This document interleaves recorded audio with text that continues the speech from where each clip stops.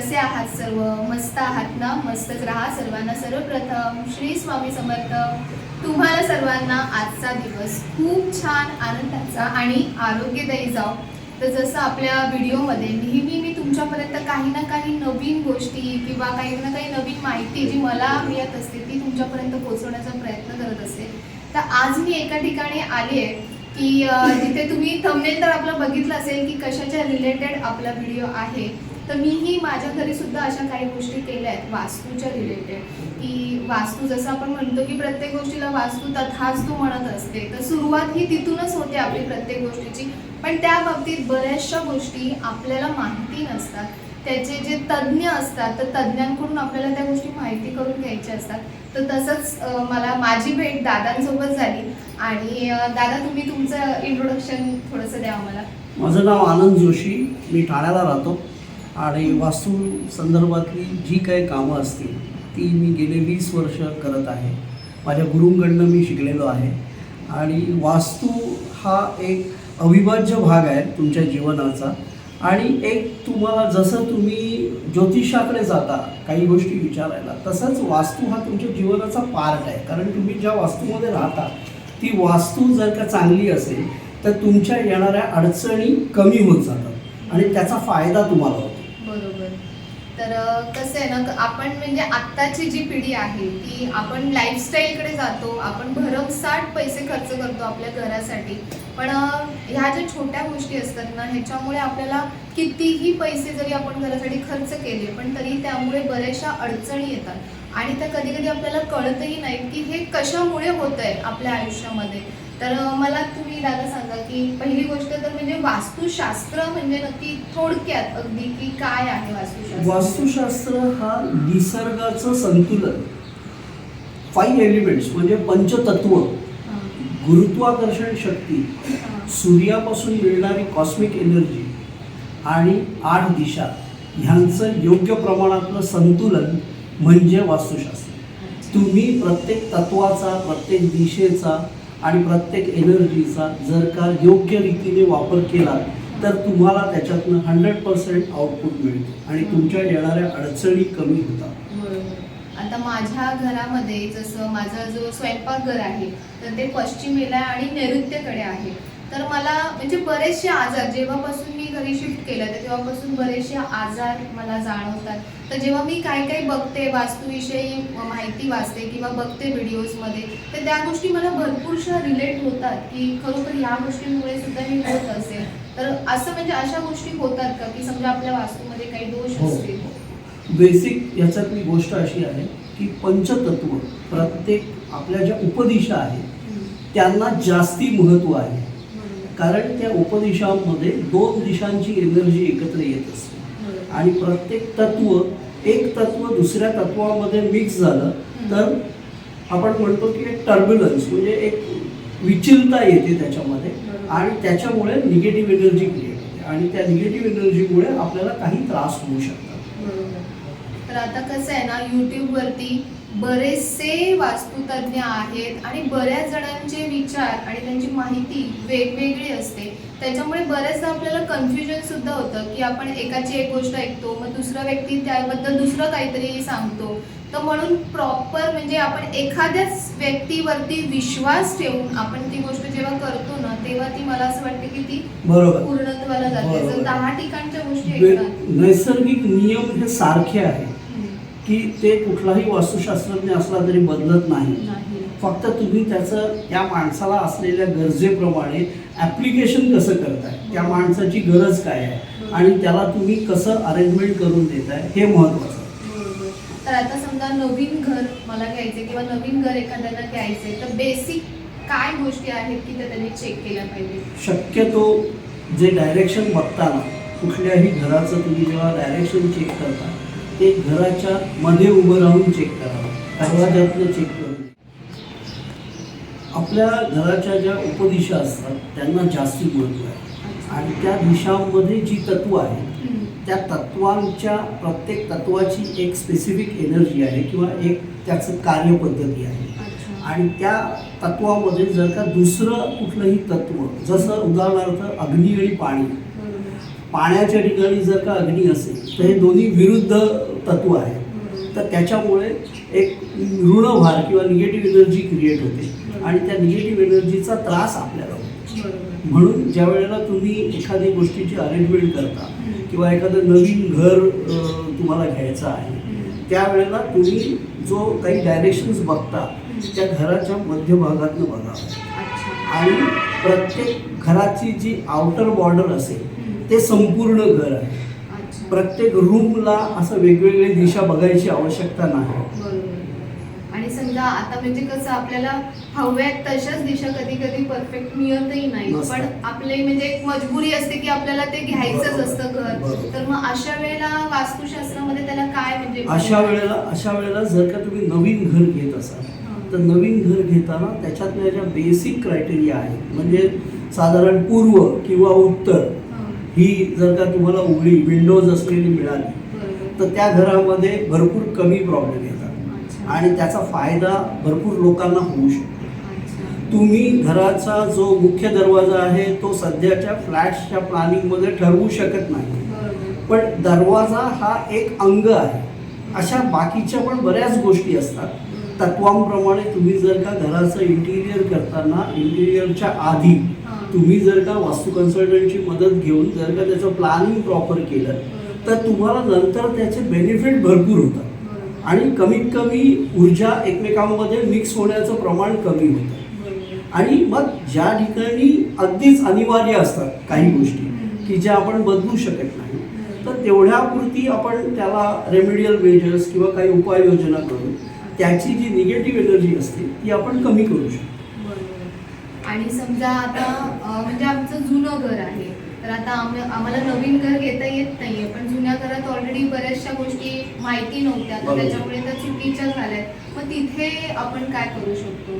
तिथे जर का जेवढं शक्य असेल तेवढी जी तत्व असतात ती व्यवस्थित बॅलन्स करायचा प्रयत्न करावा. आणि मग जर का शक्य नसेल तर त्या ठिकाणी उपाययोजना करून त्याचा जो चुकीचा गोष्ट असेल, शक्यतो अग्नितत्वाला सगळ्यात जास्ती महत्त्व द्यावं घरामध्ये, कारण त्याची एनर्जी भरपूर असते आणि त्याचे तो निगेटिव्ह ठिकाणी असेल तर त्याचे निगेटिव्ह इफेक्ट भरपूर जास्ती असतात. सो त्याची काळजी घेतली जावी. भले जरी जुन्या घरामध्ये असेल तरी शेगडीची जी अरेंजमेंट आहे ती शक्यतो निगेटिव्ह एरियातनं जर का बाहेर आपल्याला काढता आली किंवा प्रॉपर ठिकाणी देता आली तर त्याचे फायदे बरेच आहेत. तर बऱ्याचदा असं पण म्हणजे वाटतं बऱ्याच जणांना किंवा मी बरेच जणांच्या तोंडातून ऐकलंय की कशाला उगाचच या गोष्टींमध्ये पडायचं. मग काय होतं की मग आपल्या डोक्यात ती गोष्ट बसून जाते आणि समजा आपल्याकडून ती पॉसिबल होत नाही करायला कधी कधी, किंवा मग खर्च बराच असतो याच्यामध्ये. तर मग असे पण म्हणजे असे प्रश्न मी ऐकलेत बऱ्याच जणांच्या तोंडून. पण काय होतं माहितीये का की आपल्याला जे प्रॉब्लेम्स येतात किंवा आपल्याला जे समस्या येतात तर तेव्हाचा जो खर्च होणार असतो ना, म्हणजे डॉक्टर्स म्हणा किंवा मानसिक त्रास जो आपल्याला होतो तर तो त्याच्यापेक्षा खूप जास्त पटीने मला वाटतं की होऊ शकतो. तर म्हणून बेसिक ह्या ज्या गोष्टी आहेत की घर नवीन घेतलं काय किंवा घर जुनं असलं काय, ह्या ज्या गोष्टी आहेत की खरंच म्हणजे मला तरी असं वाटतं की ह्या गोष्टींवर विश्वास ठेवून बेसिक गोष्टी जेवढ्या आपल्या ऐपतीनुसार किंवा जेवढ्या जमत असतील तर तेवढ्या नक्कीच कराव्यात असं मला वाटतं. त्याच्यावरती मी अजून एक गोष्ट सांगेन की काही लोकांचा असा समज आहे की आपण ते बघितलंच नाही तर काय होत नाही, पण हे नैसर्गिक आहे. ह्या ऊर्जा ह्या तुमच्या घरामध्ये आहेतच, तुम्ही त्याच्याकडे बघा किंवा बघू नका. जर का चुकीच्या ठिकाणी चुकीच्या गोष्टी असतील, एखाद्या भरपूर मेहनत करतो माणूस आणि छोट्या छोट्या गोष्टींमध्ये सतत अडकत राहतो, म्हणजेच त्याची मेहनत जी असते ती मेहनत प्रॉब्लेम सॉल्व करण्यावरती जास्ती खर्च होते आणि त्यामुळे त्या माणसाचा प्रोग्रेस जो असतो तो थांबतो. पण तेच जर का तुम्ही सल्ला घेऊन व्यवस्थित आणि त्याच्यात असं प्रॅक्टिकलिटीमध्ये राहून काम करायला हवं की एखादा वास्तू कन्सल्टंट नाही हे इथेच पाहिजे म्हणत असेल, पण त्या लोकांची जर का ते करायला अडचण असेल तर त्याला प्रॉपर सोल्युशन दिलं गेलं पाहिजे. म्हणजे वास्तू करण्यामुळे जर का त्या घरातल्या लोकांना जर का त्रास होणार असेल तर त्या वास्तुशास्त्राला काही अर्थ नाही. पण जेवढं म्हणून शक्य असेल त्या घरातल्या लोकांनी पण ॲडजस्ट करावं आणि जो सल्ला देतो त्याने सुद्धा असा सल्ला द्यावा की घरातले लोक हॅपी राहतील. घरातले लोक हॅपी राहिले तर ती एनर्जी चांगली तयार होणार आहे. आणि ज्या ठिकाणी अगदीच चुकीची गोष्ट आहे ती मात्र त्या घरातल्यांनी नक्की करून घ्यावी. बरोबर. त्याचा फायदाच त्यांना होईल. तुम्ही बघा नका बघू, तुमच्याकडे येणाऱ्या गोष्टी ह्या येणारच आहेत. बरोबर. नाही, ती गोष्ट मला खूप पटली, कारण आत्ताची आमची पिढी, आमच्या आधीची पिढी या गोष्टींवर सरळ म्हणजे विश्वास ठेवते, पण आमच्या पुढची जी पिढी आहे, आता माझी मुलगी म्हणा किंवा काय, तर त्यांना बऱ्याचशा गोष्टी यातल्या मग पटत नाहीत. त्यांना असं वाटतं की तुम्ही वेगळ्याच मार्गावर जाताय. पण वास्तुशास्त्र आणि म्हणजे जे आपण म्हणतो की एक भोंदूगिरी केली जाते काही वेळा याच्यामध्ये, तर त्याच्यामध्ये खूप फरक आहे मला असं वाटतं. मी एक छोटंसं याच्यामध्ये अजून एक ऍड करीन की पंचतत्व 5 एलिमेंट्स ह्या निसर्गातली प्रत्येक गोष्ट ही पंचतत्वाने बनलेली आहे. बरोबर. आपलं शरीर पण पंचतत्वाने बनलेलं आहे. बरोबर. निसर्ग सुद्धा पंचतत्वाने बनलेला आहे. जर का तुमचं घर तुम्ही पंचतत्वांबरोबर जर का अलाइन केलं तर तुम्ही निसर्गाशी जवळीक साधता आणि त्याचे फायदे तुम्हाला भरपूर होतात. तुमच्याकडे येणारे हर्डल्स भरपूर कमी होतात. सो ऑटोमॅटिकली तुम्ही प्रोग्रेस करता. वास्तू केल्यामुळे तुमच्याकडे सतत पैसे येणार आहेत नाही. असं नाही. तुम्ही कर्म तुमचं हे करायलाच हवं.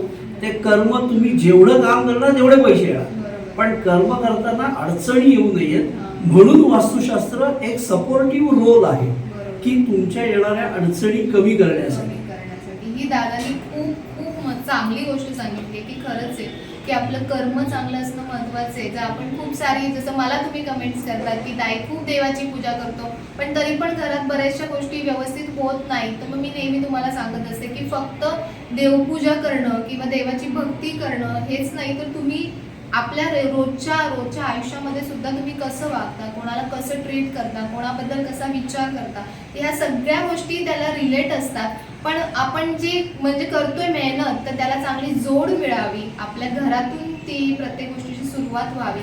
तर यासाठी मला असं वाटतं की खरंच वास्तुशास्त्रातल्या या ज्या गोष्टी आहेत त्या आपण खरंच केल्या पाहिजेत. उपयोग करून घ्यावा माणसाने त्या गोष्टीचा. बरोबर. फायदाच आहे त्याच्यात, नुकसान कुठलंही नाही. बरोबर.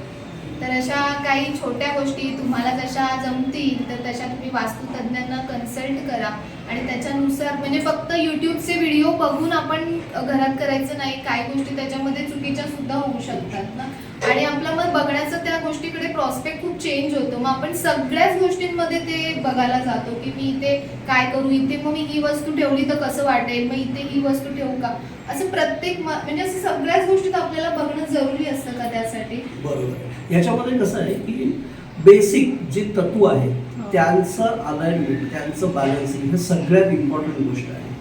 आणि मग जसं आपण म्हणतो की मॅक्रो लेवलपासून मायक्रो लेवलपर्यंत काम करायला पाहिजे, तसं तुम्ही प्रत्येक छोट्या छोट्या गोष्टीतनं, जसं रंगसंगती आहे, काही पोस्टर्स आहेत, त्यांचा तुम्हाला त्या दिशेला लावल्याने किंवा त्या कलर रंगसंगती वापरल्याने फायदा होतो. आणि हे पूर्णपणे सायंटिफिक बेस असलेलं शास्त्र आहे. प्रत्येक गोष्टीला सायंटिफिक रिझन आहे आणि त्या रिझन्समुळेच फक्त तुम्ही त्याला कसं समजता ते अंधश्रद्धा नाही आहे. बेसिक जी पंचतत्व आहेत, आता आर्किटेक्चर सुद्धा हे भरपूर वास्तुशास्त्राचा वापर करतात, काम करून करतात, पण काही लिमिटेशन्स असतात त्यांना. तर त्या लिमिटेशन्सना ओव्हरकम करण्यासाठी कन्सल्टंट तुम्हाला मदत करू शकतो. बरोबर. तर म्हणून मला दादा भेटले, तर मग म्हटलं की चला सगळ्यांची ओळख करून देऊ. तर दादा ठाण्याला असतात, आनंद जोशी सर नाव आहे त्यांचं. आणि जर तुम्हाला खरंच तुमच्या वास्तूबद्दल काही माहिती हवी असेल किंवा काही रेमेडीज तुम्हाला करायचे असतील, छोट्यातल्या छोट्या म्हणा, मोठ्यातल्या मोठ्या, जसं आपल्याला जमत असेल तसं, तर दादा नक्कीच तुम्ही करायला. मी दादांचा नंबर आहे तो मी डिस्क्रिप्शनमध्ये सुद्धा देईन, इथे स्क्रीनवर सुद्धा येत असेल. तर तुम्हाला नक्कीच पाहिजे असेल माहिती तर त्या बाबतीत तुम्ही दादांना नक्कीच म्हणजे कॉन्टॅक्ट करा. तर थँक्यू सो धन्यवाद. मच. धन्यवाद. तुम्ही तुम्ही चांगलं मला एक्सप्रेस करायला चान्स दिला. धन्यवाद. चांगल्या गोष्टी चांगल्या लोकांपर्यंत आणि सगळ्यांपर्यंत पोहोचाव्या हाच नेहमी माझा हेतू असतो. तर दादा खरंच तुम्हाला खूप खूप धन्यवाद की तुम्ही आज आम्हाला इतकी छान माहिती दिलीत की ज्यामुळे बऱ्याच लोकांना त्याचा खरंच उपयोग होऊ शकतो. तर जर तुम्हाला आजची माहिती, आजचा व्हिडिओ जर तुम्हाला आवडला असेल तर नेहमीप्रमाणे व्हिडिओला लाईक करा, शेअर करा आणि सबस्क्राईब करा. पुन्हा भेटूया आपण अशाच नवीन व्हिडिओमध्ये. तोपर्यंत सर्वांना बाय आणि सर्वांना श्री स्वामी समर्थ.